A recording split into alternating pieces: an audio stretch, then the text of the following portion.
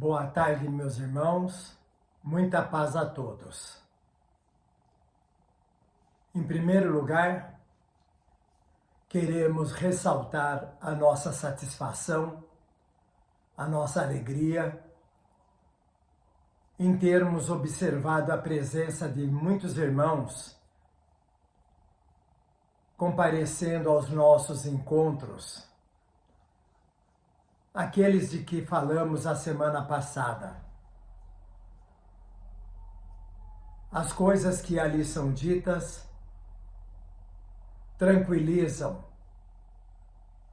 os aflitos, estimulam e amparam os que não estão aflitos.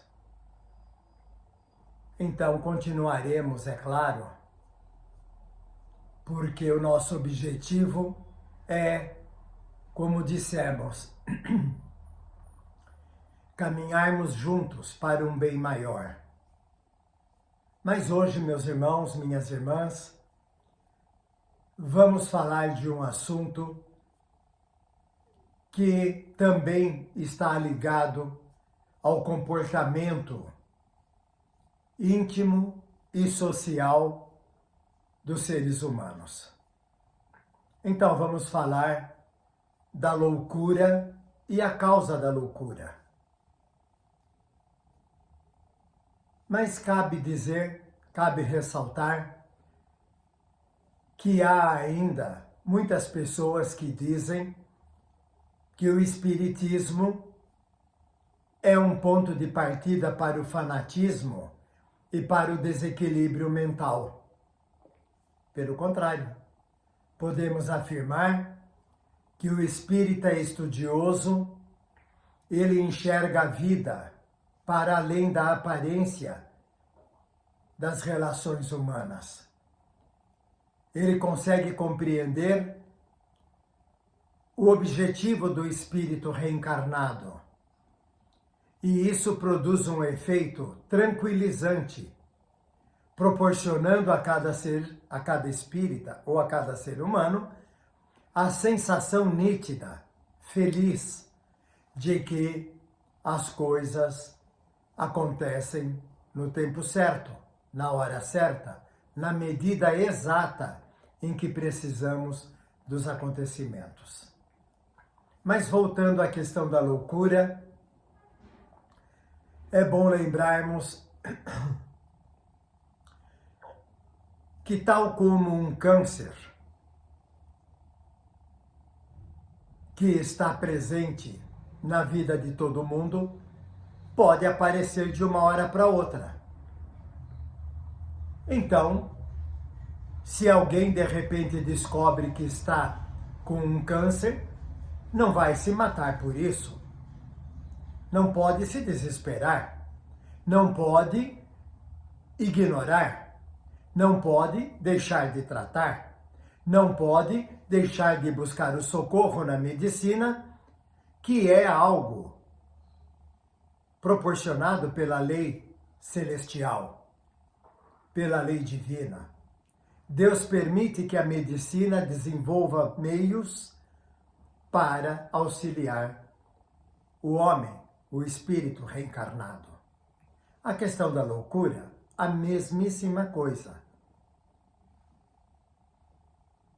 O cérebro pode armazenar situações, células, que a qualquer momento podem disparar um sistema de desequilíbrio, não permitindo mais ao cérebro ajustar a sua capacidade de reflexão, de raciocínio, de entendimento das coisas.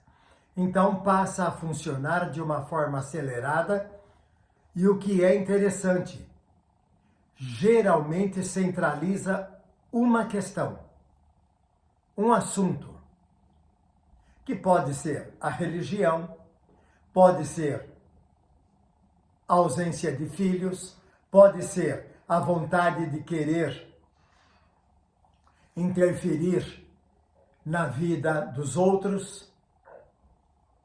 Tudo isso denota um cérebro em franco processo de desequilíbrio.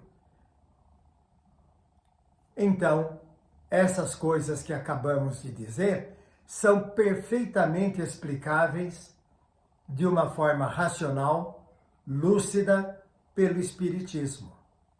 Então, não há a menor possibilidade de que o Espiritismo promova desajustes. Vamos pensar também na possibilidade de não haver recuperação. Aí depende única e exclusivamente da vontade própria, acoplada, ligada a um profundo tratamento médico, psiquiátrico, neurológico, psicológico, para que a pessoa em desequilíbrio mental vá pouco a pouco reabilitando a sua estrutura comportamental íntima. Vamos dar um exemplo muito comum. O medo. Quando criança, nossos pais, um tempo mais remoto, há 50, 60 anos atrás, ou um pouco mais, os pais diziam assim: olha, não faça isso porque o diabo vai te pegar. Deus vai te castigar. E isso era um instrumento para fazer com que a criança não cometesse erros. Não vamos entrar nesse mérito, porque também havia a possibilidade de desenvolver no mental da criança um pavor em relação ao diabo, um pavor em relação a Deus também. Mas vejam, meus irmãos, o medo é um instrumento, até certo ponto, muito saudável, porque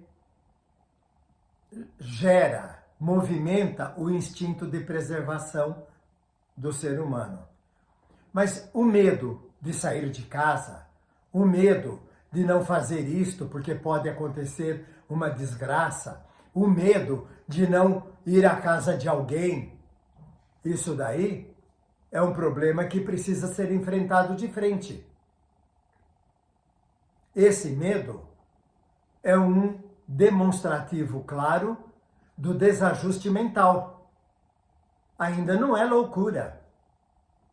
Mas uma pessoa que não sai de casa porque tem medo de ser assaltada, uma pessoa que não sai de casa porque tem medo de ser atropelada, isso não é natural. Isso não é o medo de preservação. Isso é o medo do desequilíbrio de enfrentar a vida. Então precisamos nos libertar. Dizem alguns que o medo cria monstros. O medo não enfrentado faz com que o monstro se torne gigantesco. E só tem um jeito de combater, é enfrentar. Ah, eu tenho medo de sair de casa para ir ao banco, pois eu vou ao banco. Eu tenho medo de ir ao supermercado, pois eu vou ao supermercado, ainda que não compre nada. Eu tenho medo de sair no trânsito, saia no trânsito.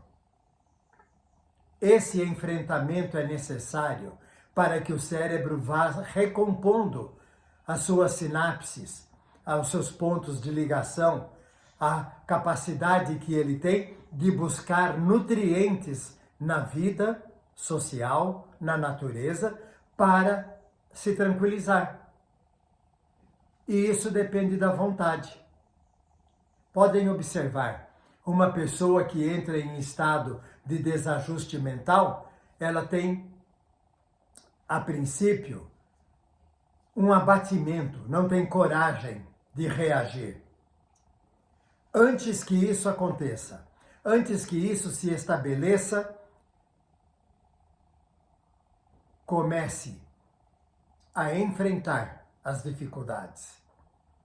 A princípio, a dificuldade será enfrentada, mas por dentro a pessoa estará se martirizando, estará se despedaçando. Não desista. Continue, porque tudo se transformará para melhor.